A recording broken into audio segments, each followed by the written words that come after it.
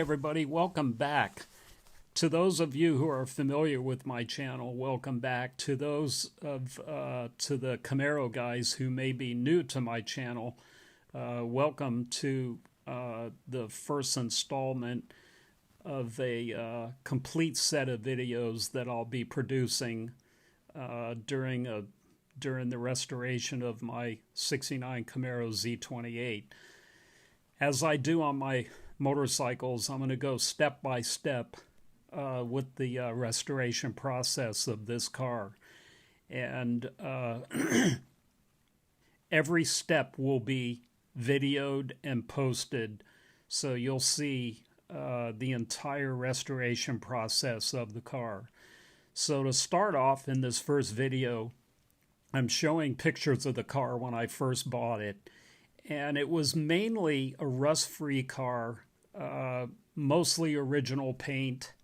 And as you can see here in the pictures, this is exactly the way that I got the car a couple of years ago. So anyway, I will be going through each step of the disassembly here, and I'm going to be going through all the parts and pieces that came with the car and others that I have obtained since. So to start off with the cow tag, as you can see here, it's an original X77 car, which is Z28 only to those of you who know. And it's Le Mans blue top, Le Mans blue bottom, 7171. And I had the NSRS report done. As you can see here, it was built on March 24th, 69. Sold to Hohen Chevrolet in Memphis, Tennessee. And this is a fact sheet of the car so far, with all of my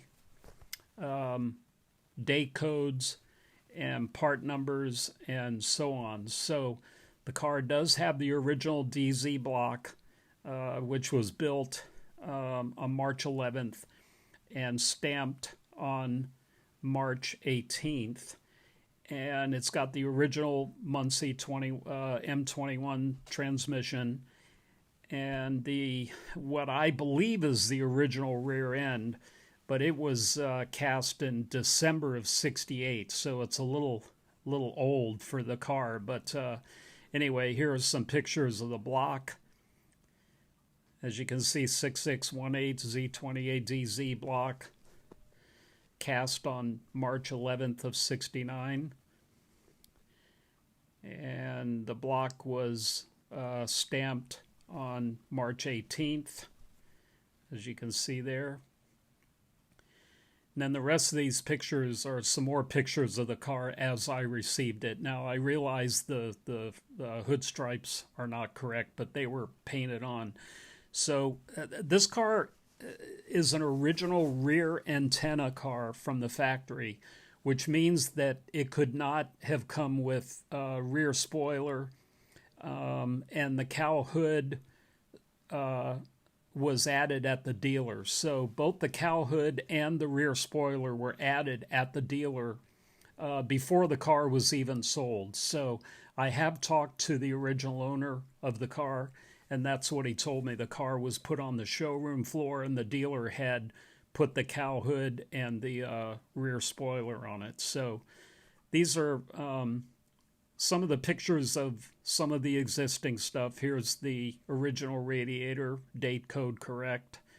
Here are the original motor mounts, Z28 only, 302 only motor mounts. Here's the Muncie 4-speed hole in the firewall. Here are the original headrests, which are dated March of '69. Here's the original door. And there's the Muncie hole again. And then here's the plastic plug on the Muncie 4-speed cars only. And then here's the rear bracket for the dual exhaust. This is a picture of me the day that I picked the car up. And this is a little video of the car being loaded on the trailer when I first bought it.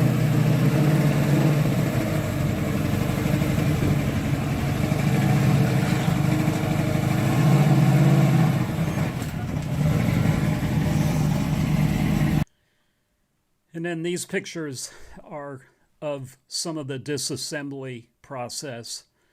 I'm skipping around because, I wasn't diligent on making videos when we were first disassembling the car step by step. But from this point on, each step of the process will be videoed and posted.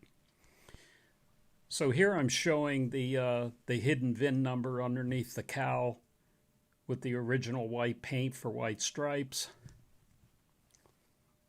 And that matches the number on the dash.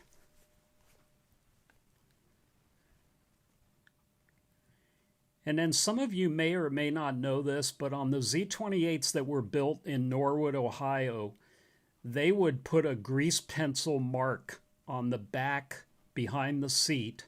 And as you can see here, this one is X7, and it stands for X77 cars. So as the cars came down the line, if it was an X33, it would be X3, and if it was X77, it would be an X7. So this is a really good way to verify that you have a real Z. I mean, cowl tags can be replaced, but this grease pencil is something that not many people know about. So here I took a shot of it with the flash camera so you could see a little bit better.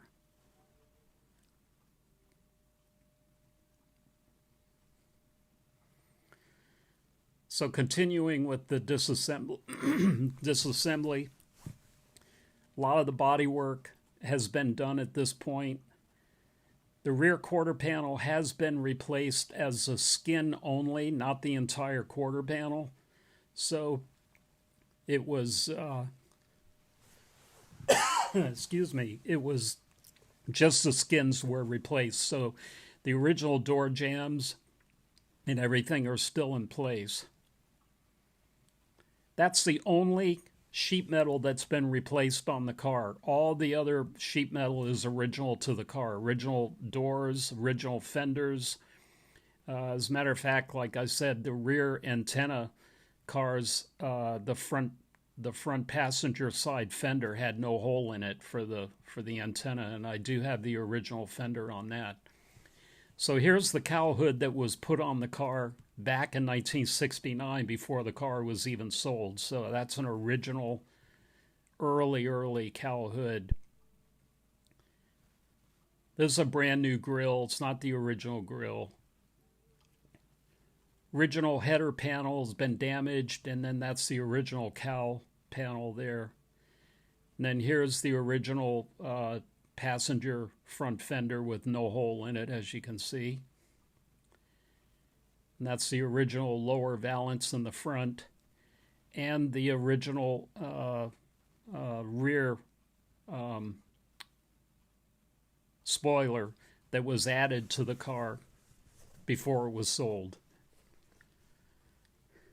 And that's, you can pretty much see that with the indication of the age of that spoiler with the rust underneath. And then the original GM part number underneath there. Unfortunately, the original trunk lid was stolen off the car at some point, unfortunately. So the trunk lid has been replaced. That's the only other sheet metal that's been replaced. So here's some more pictures as the body work was being done. All the body work's done now.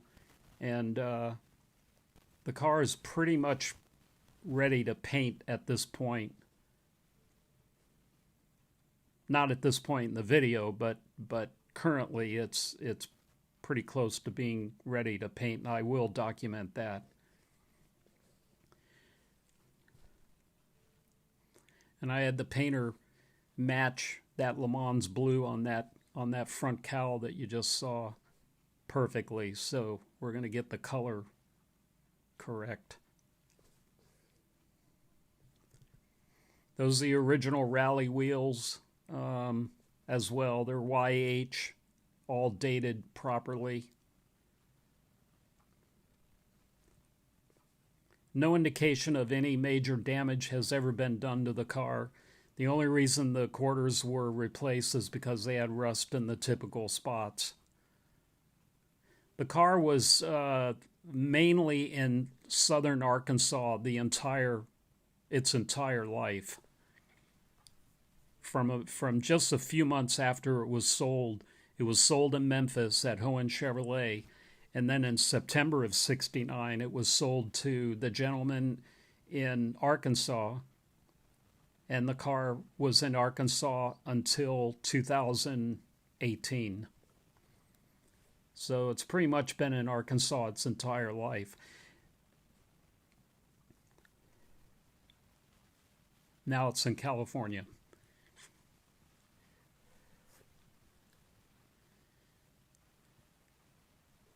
So what we did was the floorboards had a whole bunch of pinholes at the bottom quarter, at the lowest point in the floorboards. So I went ahead and bought brand new AMD sheet metal, and we cut out the sections that had the pinholes in it, as you can see here, and put in the new pieces. The rest of the floor is in really good condition. A lot of the original paint's still on them, and that's true underneath as well. So the car had very, very little rust.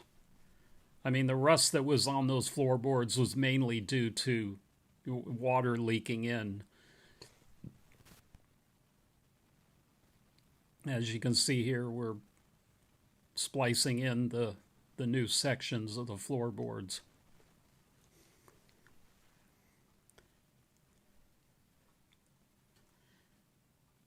Unfortunately, the shifter hole's been hacked away, just typical of these cars. When the shifter's out of adjustment, they just cut the floor open instead of adjusting the shifter properly. So I'm not sure what I'm going to do about that. I'm probably going to try to fix that.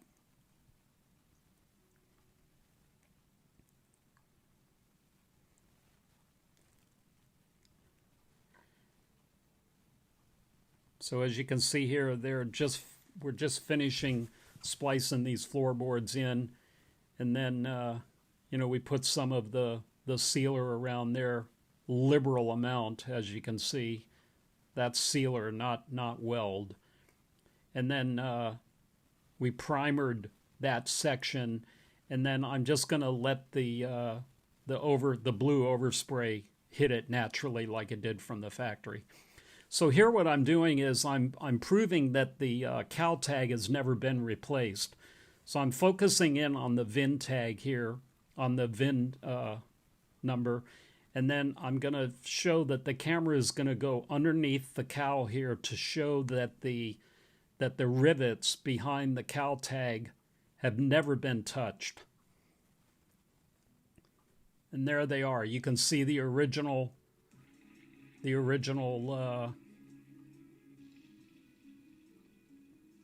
caulking coming out of the rivets there behind, and it's never been tampered with.